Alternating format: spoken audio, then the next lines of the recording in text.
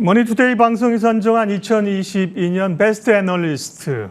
오늘은 하반기 반도체 디스플레이 전망 듣겠습니다. 메리츠증권 김선우 애널리스트 함께하겠습니다. 어서 오십시오. 예, 안녕하세요. 반갑습니다.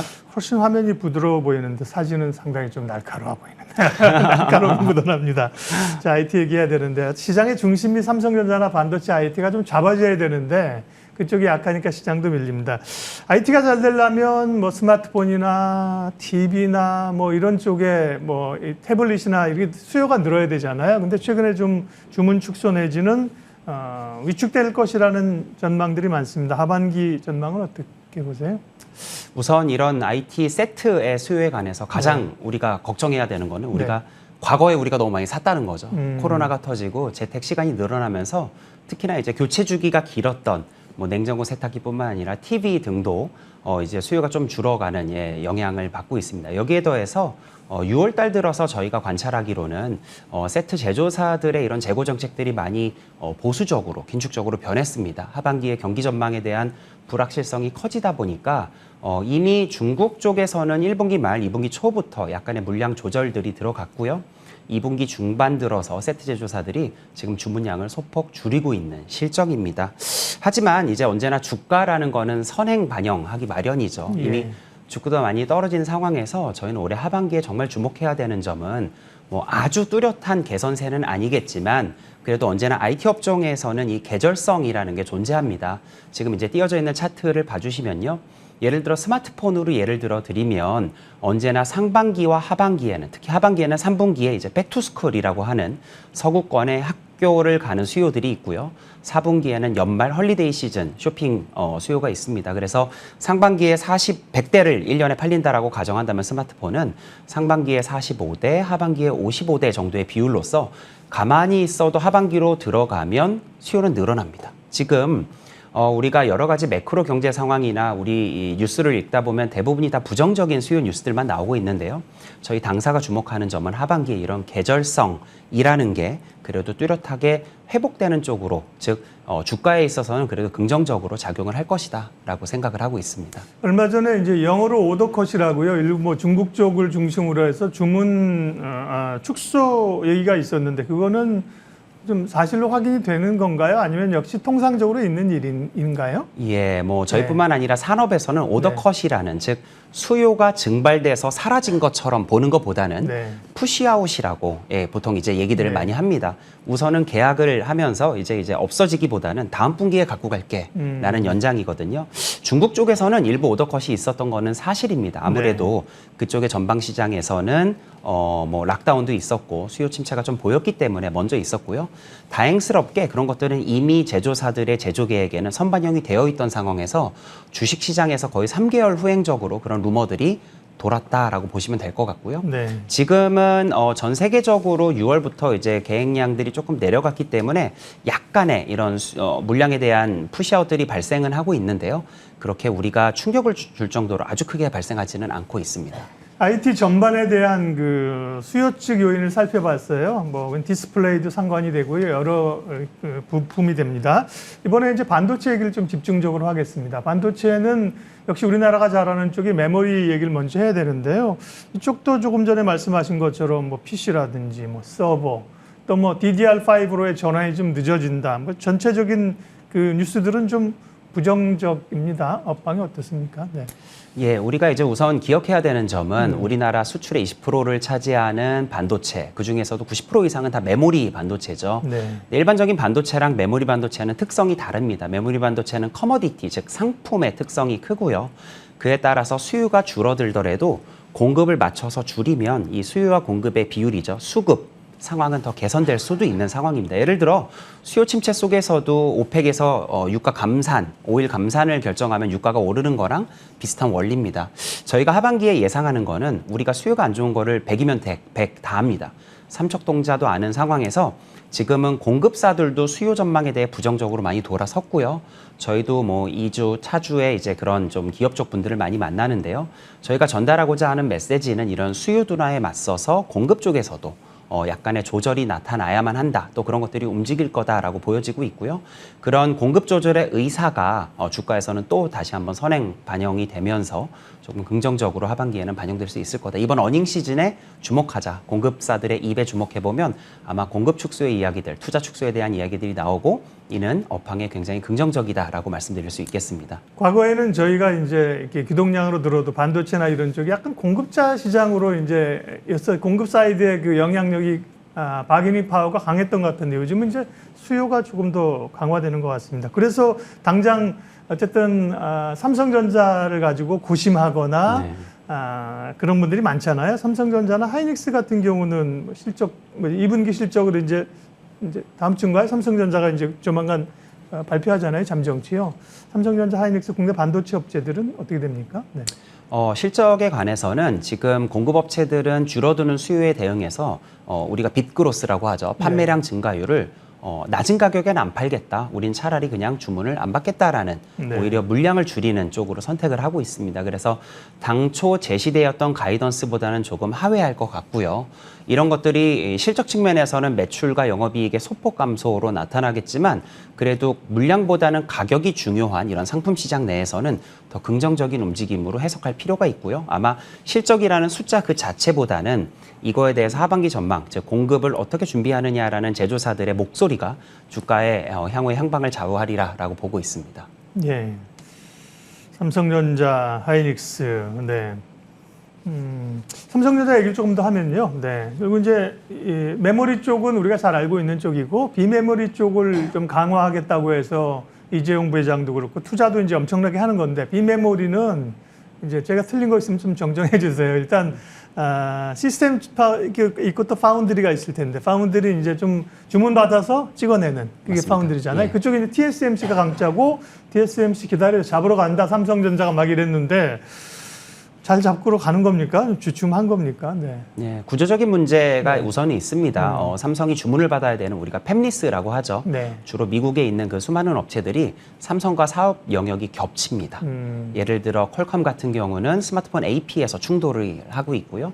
또 삼성이 나가고자 하는 방향의 이런 업체들이 포진해 있기 때문에 TSMC라는 독립적인 이런 위탁 생산 업체를 선호하는 그렇죠. 기조가 네. 있는 게 한 가지가 있고요. 삼성은 이제 물건을 주기도 하지만 또 경쟁자이기도 하니까. 예. TSMC의 모토가 우리는 고객과 경쟁하지 않습니다라는 거를 강조를 합니다. 네. 즉 삼성은 경쟁한다라는 뜻이죠. 네.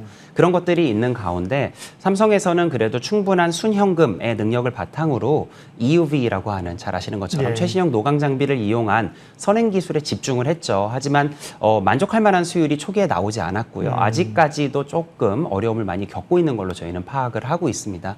그에 따라서 TSMC 대비 기술 공정적 우위를 가질 수 있는 차기 노드, 즉 3나노 이상급에 대한 주문도 아직은 크게 받지 못하고 있는 중이라서요. 아무래도 조금 쇄신이 필요할 것 같고요. 대신에 이 EUV에서 어쨌거나 경험은 쌓이고 있기 때문에 올해 하반기에서 내년으로 갈수록 조금 기회들은 생겨난다. 하지만 중단기적으로 봤을 때에는 아직까지는 실적 측면의 부담은 그쪽에 상존해 있는 것은 사실입니다. 네. 시스템 반도체는 어떻습니까? 비메모리 쪽에서 시스템 반도체 쪽도 이제 약간 가전기기에 약간 뇌 뭐 이런 거에 해당되는 거죠.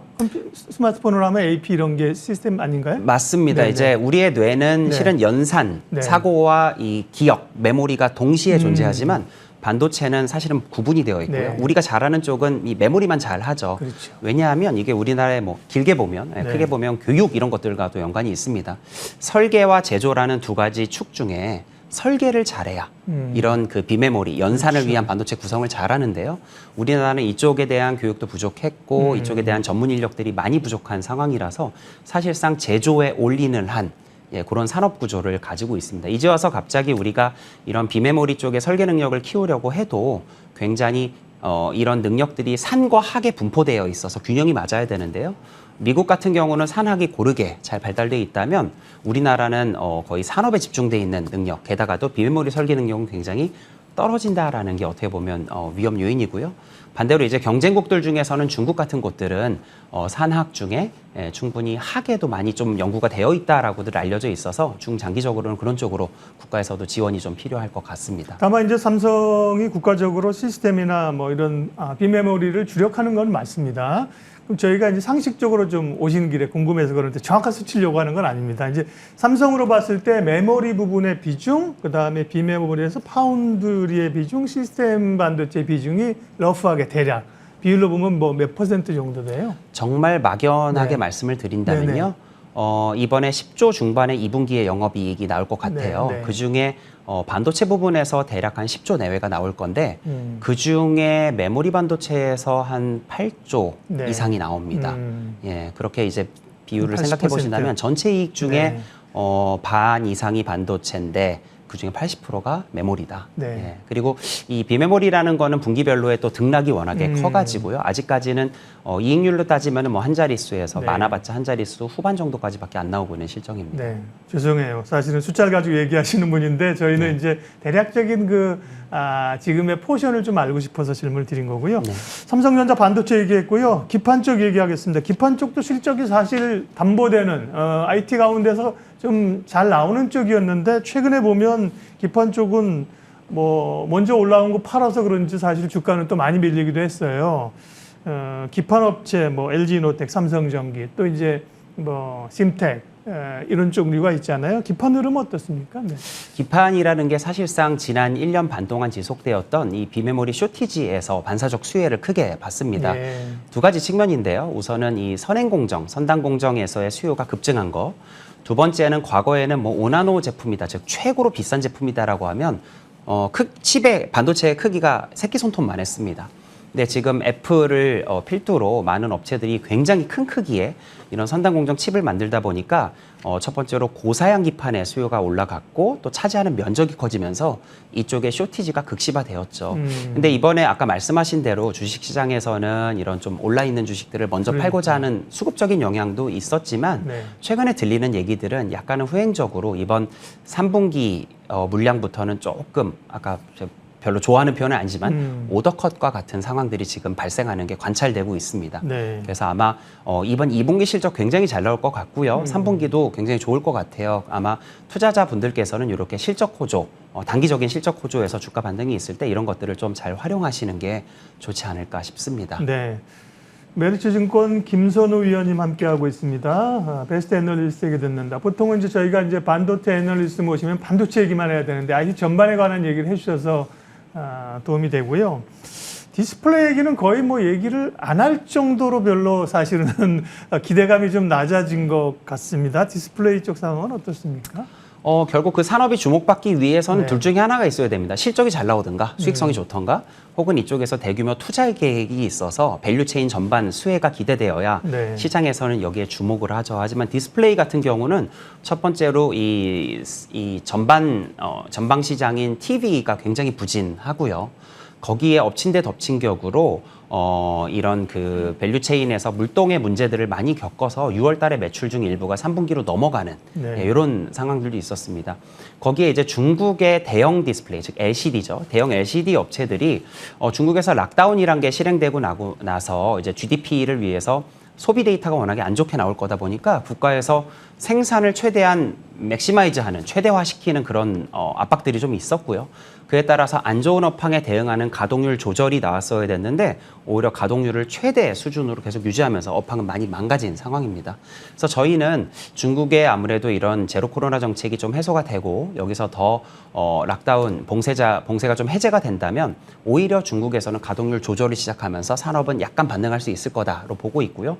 이보다 더 주목해야 되는 거는 올해 하반기에 소형 디스플레이, 그중에서도 초소형이죠. 여러분들께서는 지금 저를 스마트폰이나 TV로 원거리에서 보고 계실 건데요. 네. 이제 애플에서 XR이라는 기기가 연말 연초에 나오고 나면 그때부터는 초근접 디스플레이가 들어가게 됩니다. 여기서는 아무래도 8K 이상의 초고해상도 디스플레이가 들어가기 때문에 올해 하반기 내년에서는 여기서의 디스플레이 업체들의 매출 기회들이 때로 또 이제 나올 걸로 그렇게 지금 예상이 되어가고 있습니다. 네, 분야별로 그래서 좋게 보시는 기업은 뭐야? 그게 궁금하시죠? 마지막 질문으로 지금 준비하고 있고요.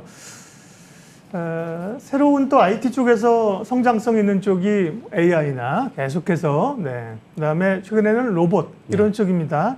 이쪽은 산업이 아직까지 좀 확 크지는 않아서 좀 개화 단계라고 봐야 되나요? 어떻게 접근해야 됩니까? 이 매년 초에 열리는 CES라는 행사가 있죠. 네. 여기에서 언제나 주목받는 테마들이 이런 테마들입니다. 하지만 조금은 막연하죠. AI라는 것도 결국 연상 능력의 고도화. 이 AI를 넓게 펼치면은 결국 모빌리티로도 연결되고요. 네. 우리나라에서는 이쪽에 대한 연구 개발은 아직은 조금 미진한 상황입니다. 로봇 역시도 이게 자동화 기기라는 측면에서는 어느 정도 유사한 측면은 가지나 우리나라에서 크게 개발되지는 않고 오히려 산업 자동화 쪽으로 지금 조금 준비가 되어가고 있습니다. 아무래도 우리나라 기업들 같은 경우는 이런 너무나 고도화된 쪽으로 한 번에 나아가기보다는 그 기초적인 기술들을 아직은 연구하는 데 집중하는 것 같고요. 아무래도 이 새로운 정권이 들어섰고 이 초기에 기업들도 중기 비전을 머지않아서 계속 구체화시켜 나갈 거라서 이러한 내용들이 많이 좀 공유가 될 것 같습니다. 하지만 지금 직접적으로는 단기간적으로 실적이 바로 나오거나 우리가 네. 성과를 볼 수 있는 시점은 아닌 걸로 보고 있습니다. 로봇 관련주 같은 경우도 뭐 저희도 방송에서 스터디하고 그러는데 아직까지는 뭐 매출단이 좀 너무 좀 작고 300억, 500억 이렇게 하는 데가 있어가지고 고민이 좀 되더라고요. 그러면 저희가 이제 IT 핵심 부분들을 반도체, 디스플레이 뭐 쭉 짚었는데요. 마지막으로 김선우 애널리스트께서 보시는 탑픽 종목들 말씀해 주십시오. 아무래도 뭐 쉽지 않은 장이라서 저희는 언제나 선행성을 감안해야 된다라고 말씀을 드립니다. 네. 그래서 이미 주가가 과거의 밸류에이션으로 저점 부분에 형성되어 있는 SK 하이닉스가 리스크 리워드, 위험과 수익을 봤을 때 가장 좋은 선택이 될 거로 예상을 하고 있고요. 단 전제 조건은 네. 이러한 수요가 안 좋은 거에 대응해서 공급 측에서 조절하는 이런 노력들이 이번 7월 달에 관찰이 되면 주가는 굉장히 많이 오를 수 있을 거다. 특히나 우리나라 대형주를 좌지우지하는 외국인 같은 경우는 이 굉장히 좋아하는 테마가 이제 메모리 반도체 업종 내에서는 캐펙스 컷, 서플라이 디서플링이라고 하는 공급 쪽의 이런 제한들을 좋아하는데요. 그런 것들이 저희는 도출될 걸로 예상하고 있으며 그를 기반으로 하이닉스 굉장히 강하게 추천드립니다. 삼성전자는 이번 2분기 실적은 그래도 세트 쪽이 약간 약해서 실적에 대한 눈높이들은 낮아지고는 있는데요. 그래도 환율 흐름이라든지 이런 것들을 반도체의 또 이 판매량 또 가격이 유지되는 걸 본다면 실적은 약간 눈높이를 또 넘을 수 있을 거로 저희는 보고 있어서 추천드리고요. 하반기에 아무래도 매니지먼트 단에서 변화가 좀 있을 수가 있죠. 이정 부회장님도 지금 뭐 이런 변화들을 꾀하고 계신 걸로 이렇게 또 뉴스상으로도 많이 나오고 있고요. 이럴 때 아무래도 부진한 주가를 좀 올리기 위해서 저희는 주가 부양책이 나올 수 있을 것 같아서 하이닉스를 좀 더 좋아하고 삼성전자 추천드리고요. 또 밸류체인 땅에서는 나중에 저희 이 하반기 전망자료를 봐주시면 많은 네. 기업들이 나오는데요. 장비주들이 하이닉스를 약간 후행하면서 동행 움직임을 보입니다. 그래서 하이닉스가 여기서 이제 바닥을 잡고 올라가는 모습이 보이면 그때 장비주들 베팅하시는 거를 추천드립니다. 네, 베스트 애널리스트에게 듣는다. 오늘은 반도체, 디스플레이, IT 핵심 업종들 진단하고요. 탑픽 종목까지 말씀해 주셨습니다. 메리츠증권 김선우 애널리스트 함께했습니다. 고맙습니다. 예, 감사합니다.